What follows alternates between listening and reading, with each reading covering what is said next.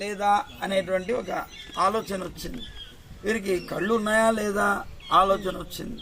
అప్పుడు ఏం చేయాలి, ఎట్లా కళ్ళు ఉన్నాయా లేదా ఎలా తెలుసుకోవాలి, మాట్లాడగలరా ఎలా? పిలిచారు. పిలిస్తే ఏం పిలవాలి ఆయన్ని? సరే ఒక పెద్ద రాయి తీసుకున్నారు. రాయి తీసుకొని వేసి కింద వేసి కొట్టారు. ఎప్పుడైతే శబ్దం అయిందో వెంటనే కళ్ళు తెరిచారు. వాడు ఓహో కళ్ళున్నాయి వీరికి అనుకున్నారు. అయితే మరి నోరు కూడా ఉందా, మాటలు కూడా ఉన్నాయా లేదా తెలుసుకోవాలనుకున్నారు. అనుకొని వెంటనే వారిని ఒక ప్రశ్న వేశారు. స్వామి, ఈ జీవుడు ఈ ప్రకృతిలో పుట్టి దేన్ని తిని బతుకుతున్నాడు, జీవిస్తున్నాడు అని అంటే దాన్నే తిని అక్కడే బ్రతుకుతున్నాడు అన్నారు.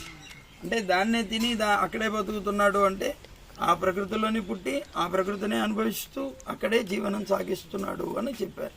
ఓహో వీరికి మాటలు కూడా చక్కగా వచ్చు అని అప్పుడు తెలుసుకున్నారు.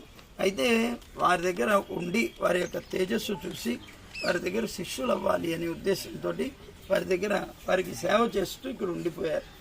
వీరు ప్రబంధాలు అనుగ్రహించారు. అనేక మంది దివ్య దేశాల్లో ఉన్నటువంటి పెరుమాళ్ళందరూ క్యూలు కట్టారు వీరి దగ్గర మంగళాశాసనం పొందడం కోసం. అలాగా ఒక్కొక్కరికి మంగళాశాసనం చేస్తూ వచ్చారు.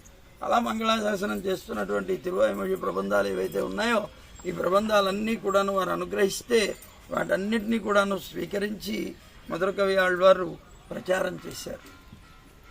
వీరి నామాన్ని ఎక్కువగా ప్రచారం చేశారు.